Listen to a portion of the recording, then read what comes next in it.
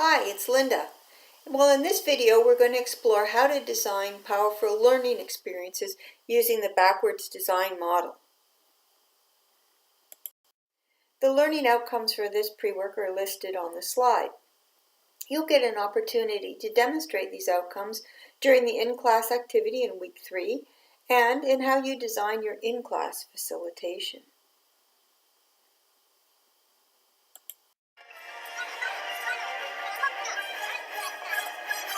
Congratulations, you've been assigned a course in the BBA. Now what? Of course, the first source of information you need to review is on the course outline. The course outline is the standard for all the sections of the course offered, and each faculty member is required to follow it. Often you'll hear it referred to as a contract between you and your students.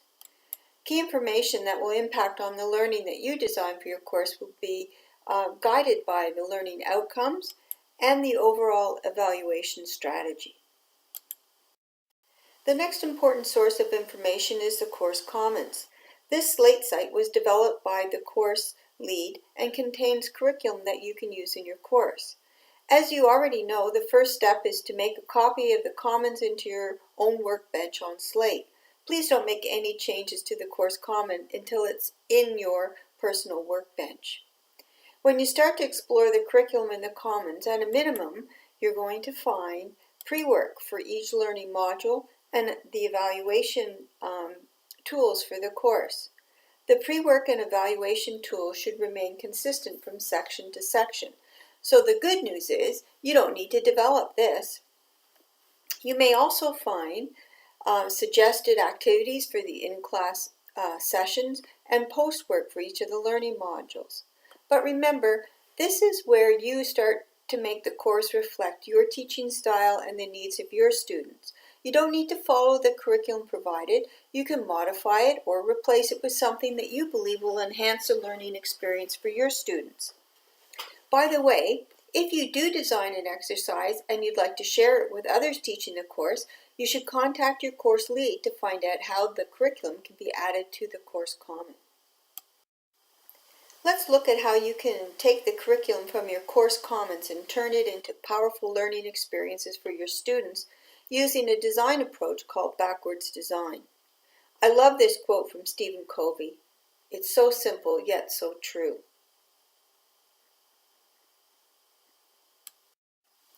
I remember when I first started teaching, my planning process started with the textbook. I spent hours creating PowerPoint slides that covered all the material in the chapter. I really didn't think much about how I was going to evaluate if students learned anything. I guess I just figured that would happen on the midterm or the final exam. Also, back then we had what were called KSA statements, so that's knowledge, skills, and attitudes. So I wasn't really sure what the end game looked like. As my teaching learning practice developed, it was simple models like this backwards design model that really helped me take my design skills to the next level. The backwards design model comes from a book called Understanding by Design, which was written by Grant Wiggins and Jay McTeague. The basic premise is that we need to start the learning design process with the learning outcomes. And, of course, in the BBA, we also have to consider those undergraduate competencies. Once that's clear, what the assessment and evaluation tools we're going to use have to be considered, and only then do you start to decide how to facilitate the learning process. So let's look at this in a little more detail. Step 1 is all about identifying the desired performance, and this is done through writing learning outcomes. Basically, the learning outcomes are the knowledge, skills, and attitudes that students need to demonstrate in order to successfully complete their learning. You'll find the course level learning outcomes on the course outline. You may find more specific lesson level learning outcomes in the course commons. In addition to the learning outcomes, you'll want to identify the undergraduate competencies that will be developed. Not all 7 competencies will be developed in every course. As we're refining our course design, the course leads will be identifying these competencies in advance.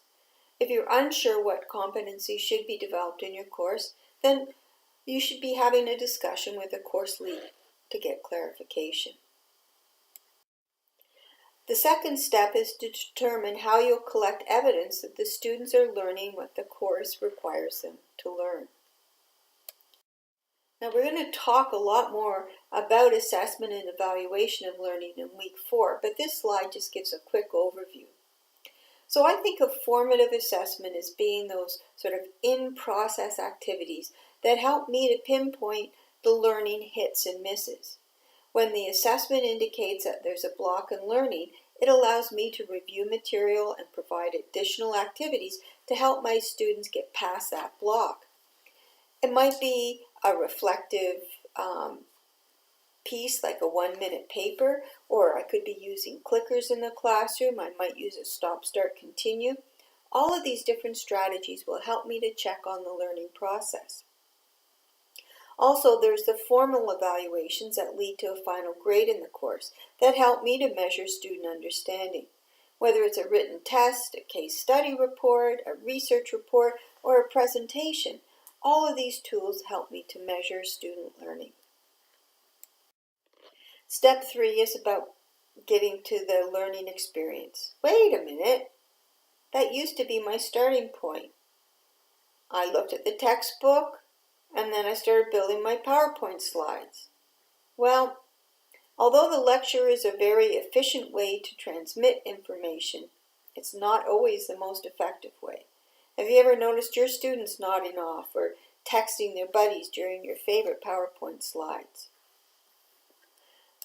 So there are so many different ways that we can facilitate learning in the classroom, from collaborative learning activities to simulations to clickers to videos to lectures. There's tons and tons of choices.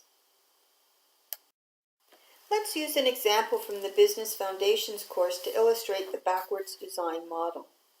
The learning outcome we'll use for this example is on the slide.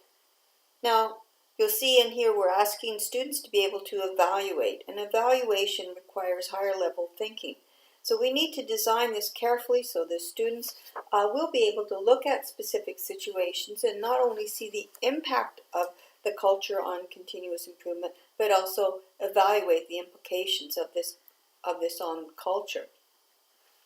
Now, the final proof that the students have achieved this learning outcome comes in the form of a written case study.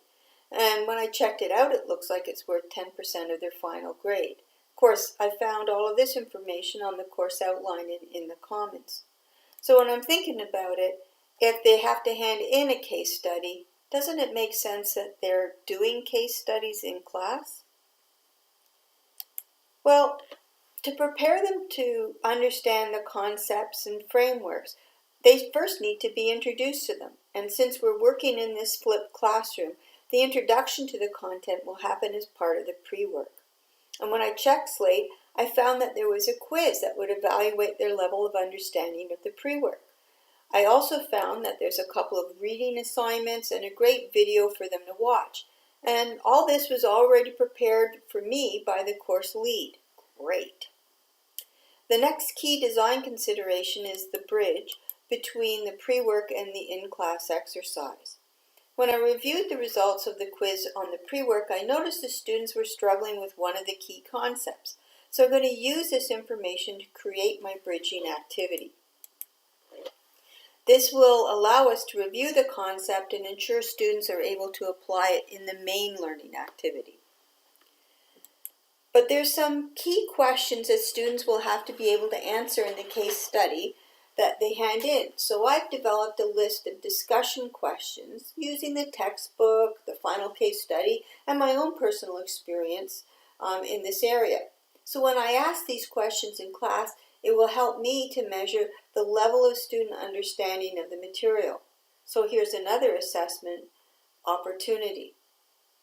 So it just makes sense to have them doing a mini case study, and we'll debrief it in class. They'll be able to apply their knowledge in a collaborative manner, and we'll see where the dots are connecting and where they're not, so that we can, and also it'll help them understand the level of detail they need to get into in their case study assignment that they're handing in. Sounds like a great design. Oh, wait a minute. I totally forgot the undergrad competencies. And how am I going to build that into the learning experience? Well, I talked to the course lead and he said that the development of business writing skills is one of the undergrad competencies that needs to be developed in this course. And this is a great opportunity, so let's use the backwards design process to do this too. So, I know there's that quiz at the end of the pre-work that's checking the level of student comprehension of content. So why don't I just expand the quiz to include some questions about business writing skills? Maybe I'll get them to rewrite some statements into more of a business format. So I'm going to add a reading and a worksheet to the pre-work that will introduce some basic business writing skills. I want to take some time to provide students with feedback on their business writing skills, so I'll start planning this when I look at the results of the quiz. Some areas of confusion might be identified, and I'll use that data to create a bridge so that we can move into some more work on this area. It's always easier to mark a well-written case study than one that's poorly written, so I want to provide them with some feedback about their writing. So if we're doing a mini case study, maybe I'm going to have each student prepare a written answer to one of the questions. Then we can use the peer feedback process guided by a business writing checklist so the students can give each other some help with their writing.